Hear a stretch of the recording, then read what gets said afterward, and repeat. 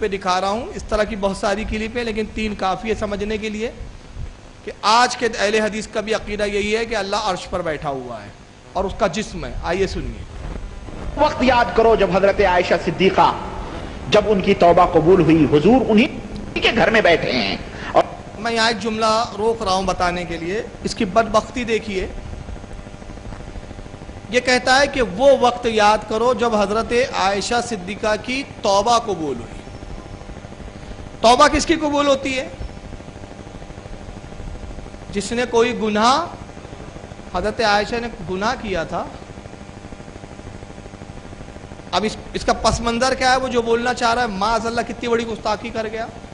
واقعے کا پس منظر یہ ہے کہ رسول اللہ صلی اللہ تعالی وسلم ایک سفر میں ہے۔ حضرت عائشہ کہتی ہے کہ میں کسی حاجت کے لیے اپنے اونٹ سے اتری اور اس کے بعد رسول اللہ نے قافلے کے آگے بڑھنے کا حکم دے دیا، اور لوگوں نے جانا کہ میں اپنے اونٹنی کے اوپر، حوض میں جو اونٹنی کے اوپر رکھ دیا جاتا ہے اس میں سوار ہوں، اور لوگ مجھے چھوڑ کر آگے بڑھ گئے، قافلہ چلا گیا۔ حضرت عائشہ کہتی جب میں آئی تو دیکھا قافلہ جا چکا تھا، تو وہیں بیٹھ گئی۔ تو ایک بوڑھے صحابی تھے، بہت ضعیف العمر تھے، وہ قافلے کے بہت پیچھے چلتے تھے۔ ان کی ڈیوٹی یہ تھی کہ اگر قافلے میں کچھ سامان گر جائے تو اٹھا کے لے کر آؤ۔ انہوں نے حضرت عائشہ ام المومنین کو دیکھا۔ حضرت عائشہ کہتی جب میں نے انہیں دیکھا تو میں نے گھونگھٹ نکال کے اپنا چہرہ چھپا لیا، اور انہوں نے دیکھا تو پڑھنا شروع کر دیا انا للہ و انا الیہ راجعون۔ قریب آئے اور کہتے ہیں کہ ام المومنین آپ ہے؟ اونٹ کو بٹھایا اور مجھے اونٹ پہ سوار کر دیا اور خود پیدل چلنے لگے۔ جب قافلے میں ملے تو منافقوں نے ہوا اڑا دی اور معاذ اللہ حضرت عائشہ پر تہمت باندھی اور الزام لگایا۔ کچھ عرصے کے بعد حضرت عائشہ کہتی ہے میں بڑی پریشان تھی، سرکاری پریشان، اللہ تعالیٰ نے میری پاکی کے لیے سورہ نور نازل فرمائی، اور وہ سورہ نور آج بھی قرآن میں موجود ہے، پڑھی جاتی ہے۔ پاکی کی آیتیں آئی، توبہ نہیں قبول کی گئی۔ حضرت ام المومنین نے کوئی گناہ ہی نہیں کیا تھا کہ توبہ کرے، لیکن ایک خبیث کیا بولتا ہے وہ وقت یاد کرو جب حضرت عائشہ کی توبہ قبول ہوئی۔ یعنی معاذ اللہ اس کے کہنے کے مطابق حضرت عائشہ نے وہ برا کام کیا تھا اور اللہ نے توبہ قبول کی ہے۔ تو کتنی بڑی تہمت لگا رہا ہے یہ جاہل۔ تو کیا بولتے ہیں، ان کو ہوش نہیں ہوتا ان جاہلوں کو۔ وہ وقت یاد کرو جب حضرت عائشہ صدیقہ جب ان کی توبہ قبول ہوئی، حضور انہی کے گھر میں بیٹھے ہیں، اور توبہ قبول ہوئی، حضور کے اوپر وحی اتری اور نبی کریم صلی اللہ علیہ وسلم کے اوپر سے چادر ہٹائی گئی، تو آپ مسکرائے اور آپ نے کہا عائشہ تمہیں خوشخبری ہو کہ اللہ نے تمہاری پاکی کے لیے قرآن کی 18 آیتیں نازل فرمائی ہیں۔ تو ان کے ماں اور باپ نے کہا تھا عائشہ نبی کریم کا شکر ادا کرو، تو عائشہ نے کہا تھا کیوں؟ ان کا شکر ادا کروں جنہوں نے میرے اوپر شک کیا تھا، میں اس کا شکر ادا کرتی ہوں جس نے ساتوں آسمان کے اوپر بیٹھ کے عرش سے میرے لیے طہارت اور پاکی کی آیتیں اتاری ہیں۔ اللہ وحدہ لا شریک عالم الغیب، سب کچھ، کالے پہاڑ میں چلنے والی چونٹی بھی اگر چلتی ہے اندھیری رات میں تو اللہ وحدہ لا شریک عرش کے اوپر بیٹھ کر کے اس کی چونٹی کے چلنے کی آہٹ کو بھی سنتا ہے اور دیکھتا ہے۔ وہ تو ہمیشہ سب کی فریادوں کو سنتا ہے، وہ ہمیشہ جاگتا رہتا ہے، اسے کبھی نیند نہیں آتی، نہ اسے جھپکی آتی ہے۔ وہ عرش کے اوپر مستوی ہے، وہ آسمانوں کے بلند ہے، عرش کے اوپر بلند ہے، وہ آسمانوں کے اوپر رہتا ہے، وہ اپنے بندوں کے معاملات کی تدبیریں کرتا ہے۔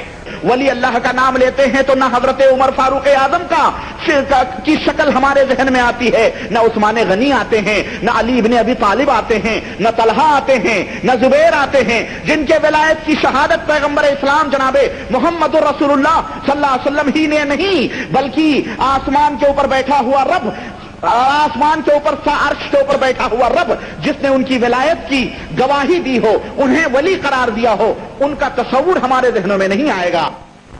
کتنی جگہ بیٹھا ہوتے ہیں؟ آسمان پہ بیٹھا ہوا رب، عرش پہ بیٹھا ہوا رب، یعنی ان کے عقیدے کے مطابق اللہ آسمان میں ہے، عرش پہ بیٹھا ہوا ہے، معاذ اللہ۔ آئیے ذاکر نائک کو بھی سن لے اس تعلق سے۔ میں بیجناتھ گپتا جی بول رہا ہوں، اور میرا کہنا ہے کہ اللہ رکھتا ہے کیا؟ سنا اللہ اللہ جرے جرے میں ہے، خدا جرے جرے میں ہے، تو کیا دیکھا جا سکتا ہے کیا؟ اللہ کدھر؟ خدا کو دیکھا جا سکتا ہے، اللہ کو دیکھا جا سکتا ہے۔ اللہ کدھر؟ آپ نے کہا گرے تو بیٹا، ہاں ذرے میں موجود ہے، ہاں تو بھائی سمجھا جا سکتا ہے. بھائی صاحب نے کہا کہ اگر اللہ ہر جگہ ہر ذرے ذرے میں موجود ہے، ہر ذرے ذرے میں موجود ہے، قرآن کے مطابق اللہ کی طاقت، اللہ کا علم سب جگہ موجود ہے. اللہ لیکن عرش پہ بیٹھے ہیں، اللہ لیکن عرش پہ بیٹھے ہیں. تو یہ کہنا اللہ سب جگہ موجود ہے، یہ اسلام کی تعلیم میں نہیں ہے، یہ ہندو کی تعلیم میں ہے. یہ نیا فلسفہ لایا اس نے. حالانکہ ہم یہ بھی نہیں مانتے کہ اللہ ذرے ذرے میں ہے، ہم کہتے ہیں اللہ ہے، بس کافی ہے اتنا. لیکن بولتا ہے اللہ ذرے ذرے میں نہیں، اللہ عرش کے اوپر بیٹھے ہوئے، وہاں بیٹھے ہوئے وہ عرش کے اوپر، اور ہر جگہ اللہ کو ماننا یہ ہندو کی تعلیم ہے. حالانکہ ہمارا اتنا پیارا عقیدہ ہے. مفتی احمد یار خان نعیمی نے جہالت میں ایک بات لکھی جس کو دیوبندی وہاں بھی دونوں نہیں سمجھ سکے. وہ کہتے ہیں ہر جگہ موجود رہنا رسول اللہ کی شان ہے، اللہ کی نہیں. کیا کہا انہوں نے؟ بس آدھی عبارت پڑھا سناتے ہیں اور بات کی چھوڑ دیتے ہیں اور اسی پہ وویلا مچاتے ہیں. جبکہ آگے انہوں نے تشریح کی، کہا ہر جگہ رہنا رسول کی شان ہے، اللہ کی نہیں. اس لیے کہ جتنی جگہیں ہیں وہ حادث ہے، مخلوق ہے، اور اللہ مخلوق میں سمانے سے پاک. اللہ جگہ سے پاک ہے، جب جگہ نہیں تھی تب بھی وہ موجود تھا. اور جگہ ایک حد ہے، لمٹ ہے، جو بھی جگہیں ہیں وہ لمٹ ہے، اور اللہ لمٹوں سے پاک ہے. تو کہا کہ ہر جگہ رہنا ہی تو رسول کی شان ہے، اس لیے کہ رسول مخلوق ہے اور تمام مخلوق میں افضل ہے، تو ان کا حق ہے کہ وہ مخلوق کے اوپر قیام کرے، ٹھہرے، بیٹھے، چلے پھرے. اللہ تعالیٰ اس سے پاک ہے کہ وہ جگہ پہ قیام کرے. تو ہر جگہ یہ بھی نہیں کہتے ہم. ہمارے یہاں صرف اہل سنت میں کہا گیا کہ ہم کہے اللہ موجود ہے، اللہ کا وجود موجود ہے، اللہ ہے، بس اس سے زیادہ نہیں. لیکن ان کا نظریہ کیا ہے؟ نہیں، اللہ عرش کے اوپر بیٹھا ہوا ہے. آئیے ان کو بھی سن لیں. یہ طالب الرحمان صاحب ہے پاکستان کے، ان کے بہت بڑے مناظر ہیں. یہ کیا کہتے ہیں؟ انہوں نے تو بڑی عجیب ہی بات لائی، ذرا یہ بھی سن لیں. آسمان اللہ تعالیٰ کا ہیڈ کوارٹر ہے، وہاں سے زمین کی طرف اپنے کاموں کی تدبیر کرتا. آسمان اللہ کا ہیڈ کوارٹر ہے، وہاں سے وہ زمین کی طرف کاموں کی تدبیر کرتا ہے. ہیڈ کوارٹر سے وہ سب کام چلاتا ہے. برانچز کہاں کہاں ہے یہ نہیں پتا. ہیڈ کوارٹر فی الحال کہاں ہے؟ آسمان ہے. چلیے آئیے اہل سنت کا اس تعلق سے کیا عقیدہ ہے. یہ چند چیزوں سے میں نے بتایا کہ ان کا عقیدہ ہے کہ اللہ جسم رکھتا ہے اور عرش پہ بیٹھا ہوا ہے.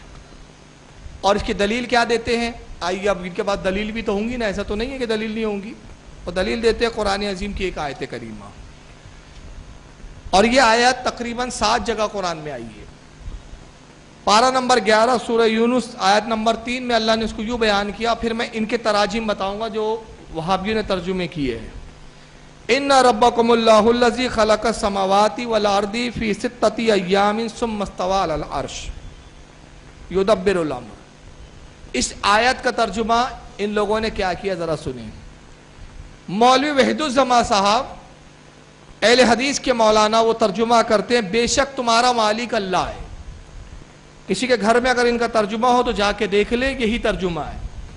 وحید الزما کہتے ہیں بے شک تمہارا مالک اللہ ہے جس نے 6 دن میں آسمان اور زمین کو بنایا، پھر اپنے تخت پر بیٹھا، اور دنیا کا انتظام وہیں بیٹھے بیٹھے کر رہا ہے. اس آیت کا انہوں نے ترجمہ کیا کہ اللہ نے 6 دن میں زمین آسمان بنائے، اپنے عرش پر اپنے تخت پر بیٹھا، اور وہی تخت پہ بیٹھے بیٹھے دنیا کا کام چلا رہا ہے. یعنی انہوں نے اللہ کا تصور ایک دنیا دار بادشاہ کی طرح کیا کہ جیسے بادشاہ ایک تخت حکومت کا کام چلاتا ہے، ویسے اللہ عرش پر بیٹھا ہوا ہے. محمد جناگڑھی صاحب یہ بھی غیر مقلدوں کے مولویوں کہتے بلا شبہ تمہارا رب اللہ ہی ہے جس نے آسمانوں اور زمین کو 6 دن میں پیدا کر دیا، پھر عرش پر قائم ہوا. یعنی اللہ پہلے عرش پہ نہیں تھا، عرش بنایا اور اس کے بعد اس پر جا کر پھر وہ قائم ہو گیا. مولوی محمود حسن صاحب جو دیوبند سے جن کا تعلق ہے وہ کہتے ہیں کہ بے شک تمہارا مالک اللہ ہی ہے، اسی نے 6 دن میں زمین و آسمان پیدا کیے، پھر قرار پکڑا عرش پر. یعنی عرش سے پہلے اس کی حالت بے قراری والی تھی، وہ بے قرار تھا، ادھر ادھر بھٹک رہا تھا. عرش بنایا، بھٹکنا بند ہوا، بے قراری گئی، عرش پہ جا کے بیٹھ گیا. تھانوی صاحب ترجمہ کرتے پھر عرش پر قائم ہوا. اور جالندھری صاحب حفیظ جالندھری دیوبند کے وہ کہتے ہیں زمین و آسمان اللہ نے 6 دن میں بنائے، وہی تمہارا مالک اور اللہ ہے جس نے زمین و آسمان 6 دن میں بنائے، پھر عرش پر جا ٹھہرا. یعنی پہلے وہ ٹھہرا ہوا نہیں تھا، متحرک تھا، ہل رہا ڈل رہا تھا، ادھر تھا کبھی ادھر تھا، پھر جا کے عرش پر جا کے ٹھہر گیا. یہ سارے تراجم سے پتہ یہ چل رہا ہے کہ اللہ جسم بھی رکھتا ہے معاذ اللہ، اور اپنے جسم کے ساتھ عرش پر بیٹھا ہوا ہے، قائم ہے، قرار پکڑے ہوئے ٹھہرا ہوا ہے.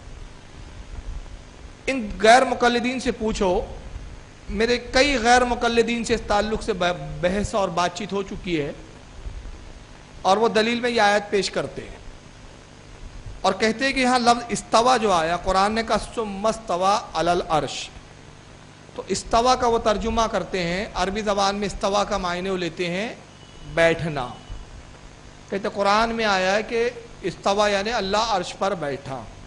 تو سب سے پہلا میرا ان سے سوال یہ ہوتا ہے، اور آج تک مجھے کسی غیر مقلد نے جواب ہی نہیں دیا، کہ استوا کے معنی بیٹھنا عربی زبان کی کس لغت میں ہے؟ عربی زبان کی کس لغت یا ڈکشنری میں ہے؟ استوا کے معنی بیٹھنا کسی بھی عربی لغت میں نہیں آئے. انہوں نے اپنے باطل عقیدے کو ثابت کرنے کے لیے استوا کے معنی بیٹھنا لیے. پھر دوسری میں سوال میرا یہ ہوتا ہے کہ اس کی کیا دلیل ہے کہ اس میں اللہ کا بیٹھنا ہی مراد لیا جائے. اور تیسری بات کہ اللہ رب العزت نے جب یہ قرآن میں اپنی بارے میں اپنی ذات کے تعلق سے کچھ بیان فرمایا تو ظاہر ہے اللہ نے اپنی شان و عظمت کے لیے بیان کیا ہوگا. تو بیٹھ جائے تو اس میں اللہ کی کون سی شان ہے؟ بیٹھنا تو بندے کی فطرت ہے، انسان کی فطرت ہے. تو جو کام بندے کی صفت ہے، جو بندہ کرتا ہے، وہی کام اللہ اپنے تعلق سے بیان فرمائے تو اس میں اللہ کے لیے کون سی خوبی ہے؟ تو اس کا مطلب یہاں بیٹھنا مراد نہیں ہے، بلکہ کیا معاملہ ہے؟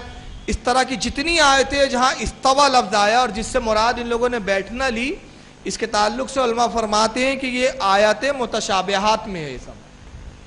اور آیت متشابہات کیا ہے؟ قرآن میں 2 طرح کی آیتیں ہیں، ایک آیت محکمات اور دوسری متشابہات. ایک محکم اور دوسری متشابہ. محکم آیت یہ ہوتی ہے، محکمات وہ ہوتی ہے جس کا حکم بھی معلوم، جس کا مفہوم اور مطلب بھی سمجھ میں آ رہا ہے. اور متشابہات وہ آیتیں ہوتی ہیں کہ جس کے معنی بظاہر ہمیں جو نظر آ رہے ہیں ویسا عقیدہ نہیں رکھا جاتا، اور یہ کہا جاتا ہے کہ اس کی مراد، اس کے معنی جو کچھ بھی ہے ہم اللہ رسول کی طرف چھوڑتے ہیں، ہم نہیں جانتے کہ اس کا مطلب کیا ہے. اور اگر بے عینی ویسے ہی معنی ہم لے لیں تو ہم گمراہ ہو جائیں گے. قرآن آیت متشابہات کے بارے میں خود فیصلہ فرماتا ہے. اللہ فرماتا ہے اے محبوب ہم آپ پر 2 طرح کی آیتیں اتارتے ہیں، ایک متشابہات اور دوسری محکمات. تو جن کے دلوں میں کجی ہے وہ محکم آیتوں کو چھوڑ کر متشابہات کی طرف جاتے ہیں. اللہ فرماتا ہے جو متشابہات کی طرف جاتے ہیں ان کے دل ٹیڑے ہیں، کجی ہے. تو متشابہات پر عقیدہ نہیں رکھا جاتا. اب جیسے متشابہات میں کیا ہے، جیسے اللہ نے ایک جگہ فرمایا تم مشرق و مغرب اللہ کی سمتیں ہیں. اب لفظی ترجمہ یہی ہوتا ہے کہ تم جس طرف رخ کرو اللہ کا چہرہ تمہاری طرف ہے، جبکہ ہم جانتے ہیں اللہ چہرے سے پاک ہے. حالانکہ عربی زبان میں وجہ اللہ لفظ آیا ہے، وجہ کے معنی چہرہ ہی ہوتے ہیں. کئی فرمایا اللہ نے کہ ہم نے آدم کو اپنے ہاتھ سے بنایا، تو اللہ ہاتھ سے پاک ہے.